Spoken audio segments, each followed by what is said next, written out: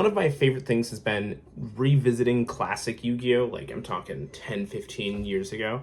And it's been interesting seeing a lot of the more modern takes on those classic decks. One of my favorite formats is April 2010, more commonly known as Time Wizard, and I wanted to show you all in today's first episode of the Classic Corner my personal Gladiator Beast deck. So like I mentioned, Gladiator Beast is going to be the first deck I show on the Classic Corner, and it is a deck that, if you are unfamiliar with how it works, is all around the battle phase, which is definitely not something you would see these days. But how it worked is that it was a toolbox-based deck where your Gladiator Beasts had to battle, so that meant they had to attack or defend, and then they had to successfully live, which was very difficult to do because most of them are very small. And at the end of the battle phase, if they battled, you could, what ended up being called tagging them out, where you would send it back to the deck for cost, and then you would special summon another Gladiator Beast from your deck with a different name. And they all got bonus effects based on being special summoned from the deck. The cool thing about the Gladiator Beast deck was that it teaches the concept of permission. And what I mean by that is that you basically have to tailor your plays every game around what's happening in that game. So it's a lot of contextual based gaming, and you had to oftentimes take direct attacks for damage that you didn't really want to take because you needed to save your disruption cards. You would have to use your defensive cards very efficiently. You couldn't just throw cards at your opponent and hope to stop the first thing they did. You would really have to pick and choose what you could stop and where, because depending on what you had left over would dictate whether or not you even got to get to a actual end field of your ultimate boss monster, Gladiator Beast Heraclinos, which was a very expensive secret rare and luckily had been reprinted as a super rare at the time as well.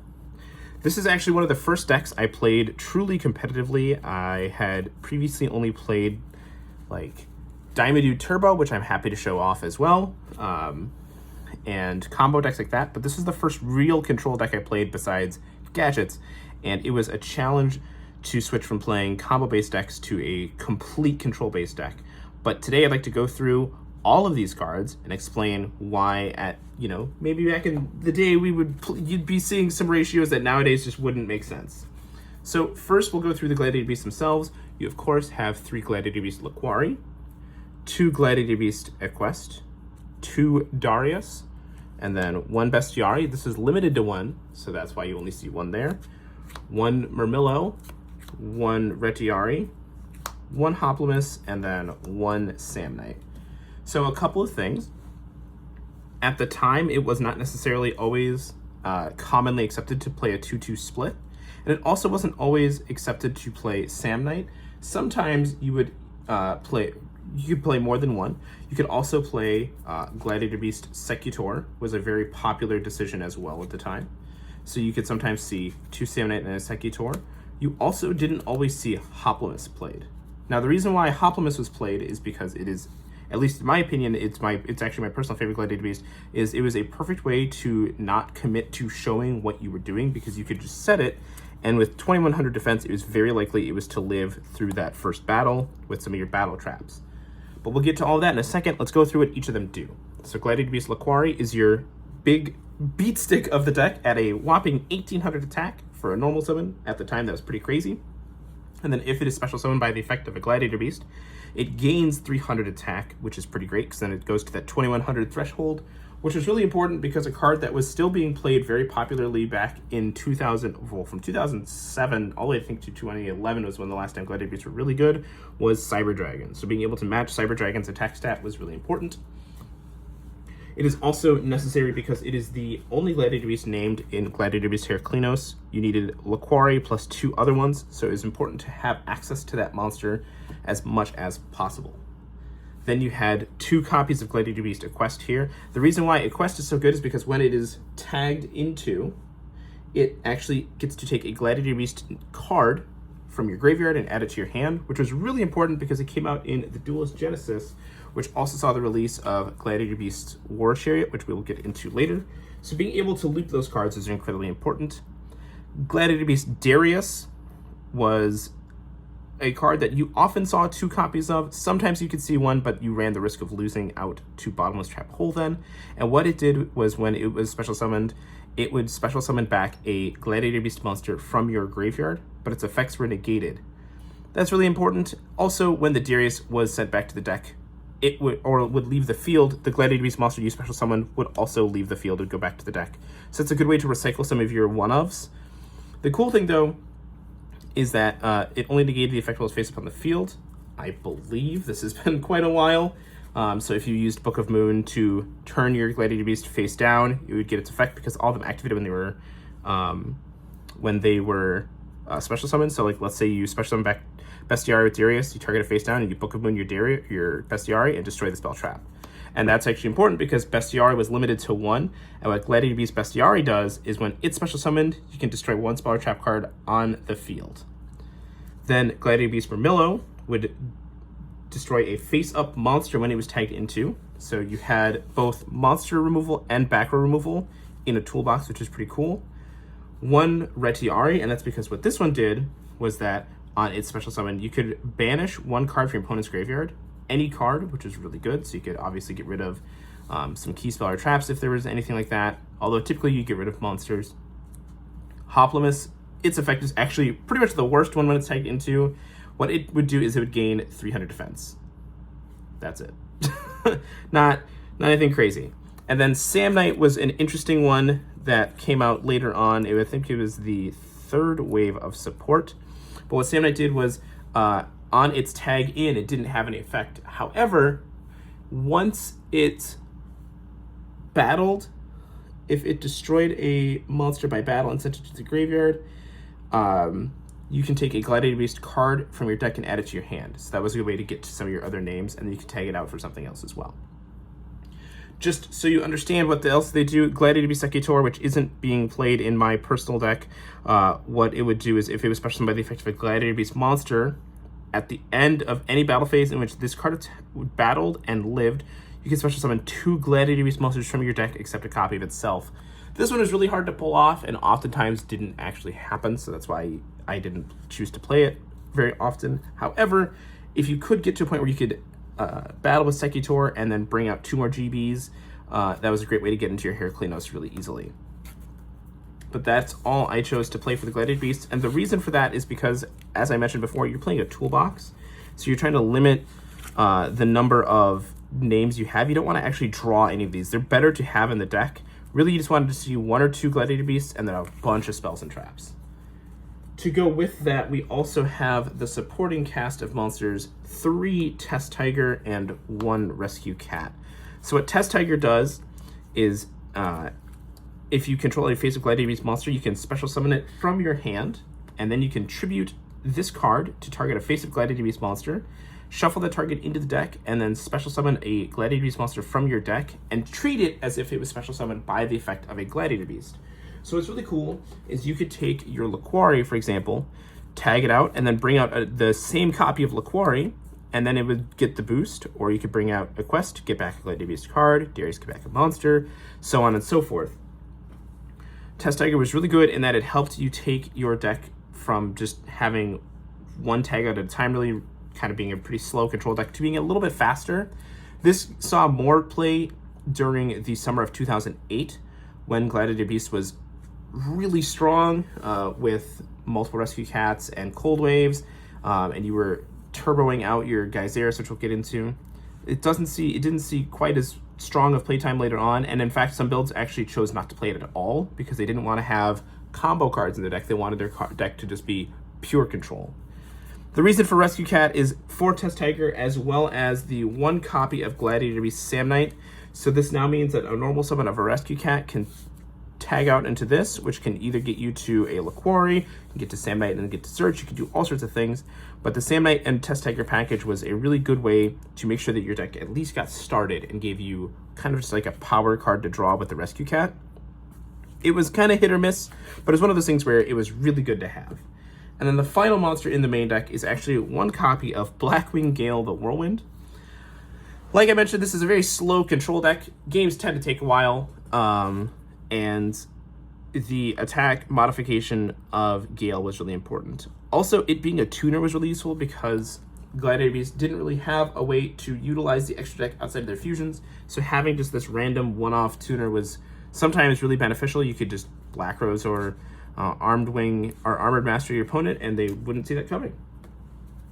For the spells, we have 3 Book of Moon, obviously a good card, as we know in modern Yu-Gi-Oh, but in classic Yu-Gi-Oh is also an incredible card.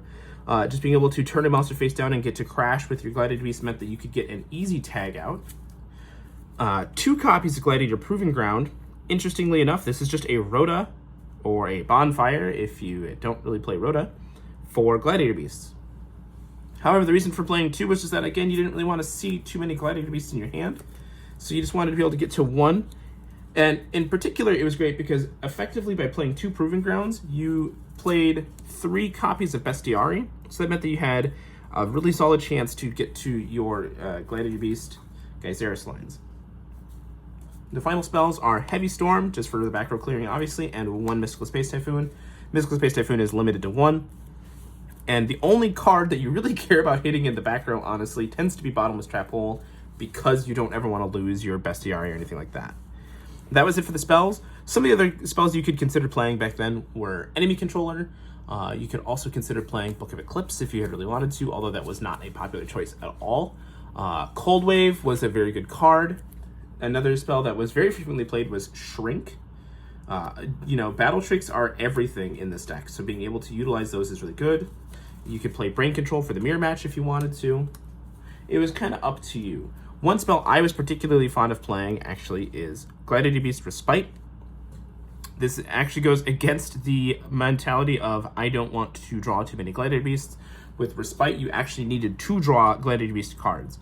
So what Respite did was that you could take 2 Gladiator Beast cards from your hand, shuffle them into the deck, and then draw 3 cards.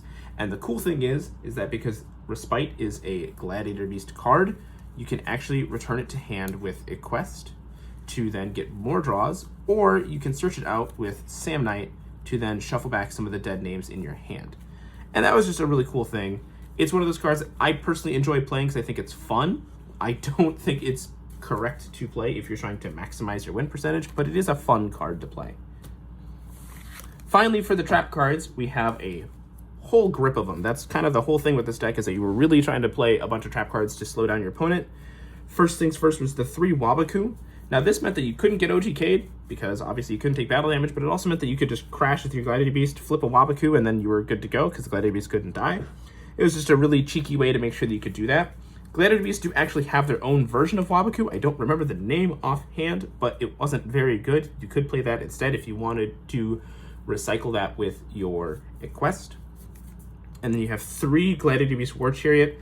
This is actually something that I think a lot of modern 2010 format players don't particularly subscribe to. I think this card is incredible, and I think it should be played in your deck.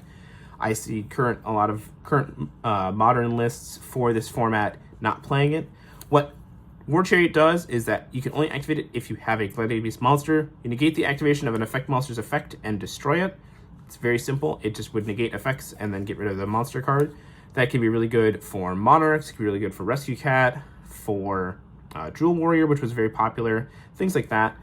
The thing is that it is a Gladiator Beast card, and I'm going to keep emphasizing how good it is to recycle cards with a quest or being able to search them with Sam Knight, because that's really, again, all you're looking to do. If you can get to the point where you attack with a monster, swing or bring back or summon a quest from your deck, bring back the Chariot, set the Chariot, and then if they do an effect, you get to do this again, and you can tag this out into another monster, and if you summon another GB, you can then bring back the quest again, get back the Chariot. Once you get to that point, the game is very hard to win for your opponent, because you are now looping effect negation.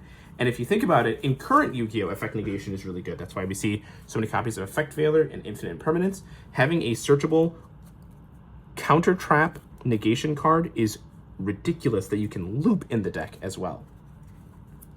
Then I'm playing 2 copies of Starlight Road. This is a card I actually am always torn on playing 3 of, because I really enjoy playing it, but currently I'm only using 2 copies.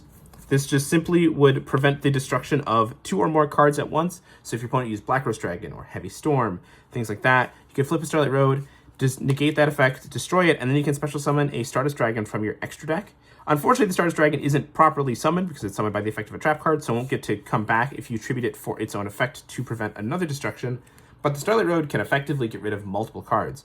So you can use Starlight Road to stop a Heavy Storm, for example, summon your Stardust Dragon, and then if you attack later on and they have a Mirror Force, you can just activate Stardust Dragon, tribute it off, negate that effect, and now you've gotten rid of that limited power card as well.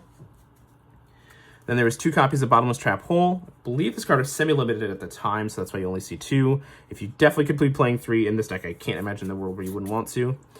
2 copies of Dimensional Prison.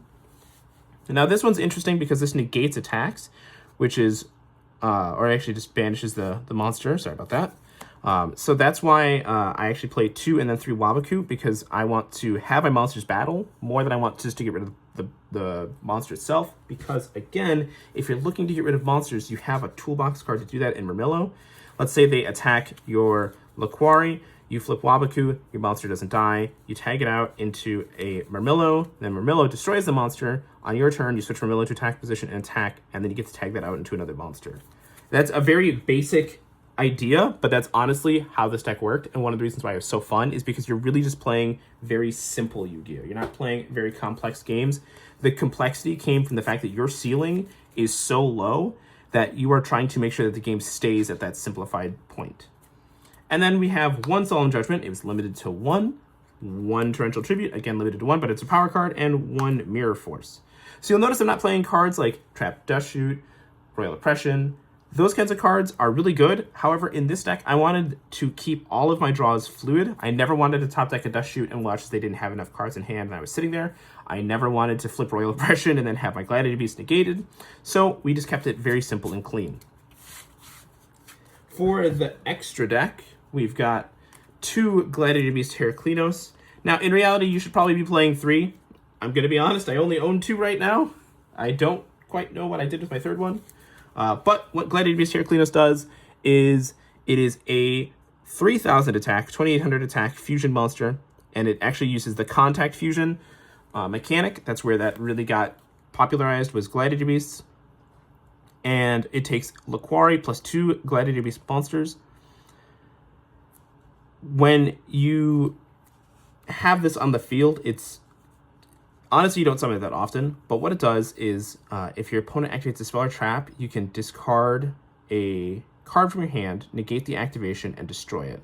And that's a quick effect, not once per chain, not once per turn, so it requires you to have a big grip of cards, but you can just do that. Honestly, you almost never actually summon this card. It's just there to be kind of an end piece. The reason why you don't summon it is because it requires 3 bodies, which means that that's 3 tag outs you're losing out on, and it also requires you to keep cards in hand. And as you saw, it's mostly spells and traps you'd rather set. However, the fusion you do summon all the time is Gladiator Beast Gyzarus. Now, this card actually came out in Light of Destruction, and it was really interesting because when it came out, it was like a card that we all knew was insane, but I don't think anybody understood until they got to see it in action just how powerful of a card it was. So it requires Bestiari plus any Gladiator Beast monster, and that's actually why we saw the limitation on Gladiator Beast Bestiari. It was a 1 of at the time. And what it does is on its summon, you can target 2 cards, up to 2 cards in the field, destroy them, and then after this battles, you can send it back to the extra deck and special summon 2 Gladiator Beast monsters from your extra deck. So one of the really popular ways to play Gladiator Beasts, still at that time actually, was to use Elemental Hero Stratos and Elemental Hero Prisma. And you would use Prisma, summon it, send Gladiator Beast Bestiari by revealing Gyzarus, turn Prisma into Bestiari, and then special summon Test Tiger. Use Test Tiger, send back the Prisma, and then you can special summon Gladiator Beast Darius, bring back the Bestiari, and then you have a free Gyzarus right there. The reason you see me not doing that, actually, that was a conscious choice, is because of how popular cards like DD Crow were. I never wanted to play into DD Crow. If my Bestiari was in the graveyard, I was very nervous about ever bringing it back, so I oftentimes would keep it just sitting there. So instead, what I chose to do was to do the Proving Ground and a much slower approach, and that's why you see that. You don't see the Reinforcement of the Armies plus Stratos plus Prisma package.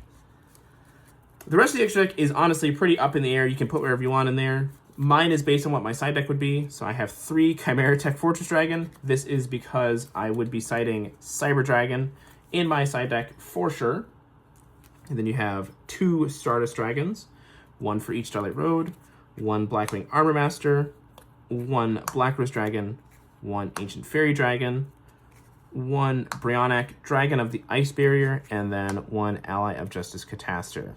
So you'll notice there's not a lot of redundancy here, because you're really just, honestly, these 10 don't really matter. It's just these 5.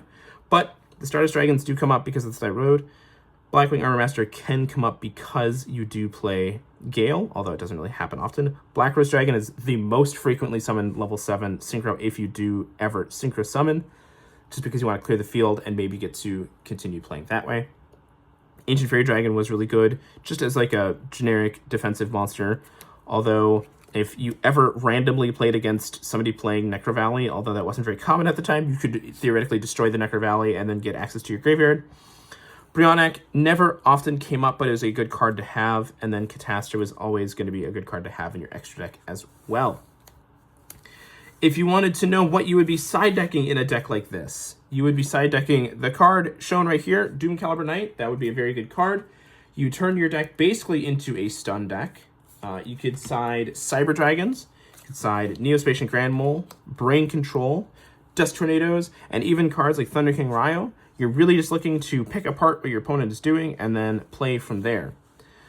If you guys want to see more of this stuff, let me know down below. I would love to continue talking about this. I have a ton of decks that I would love to show off and get to talk about how cool they were in the past, how fun they were.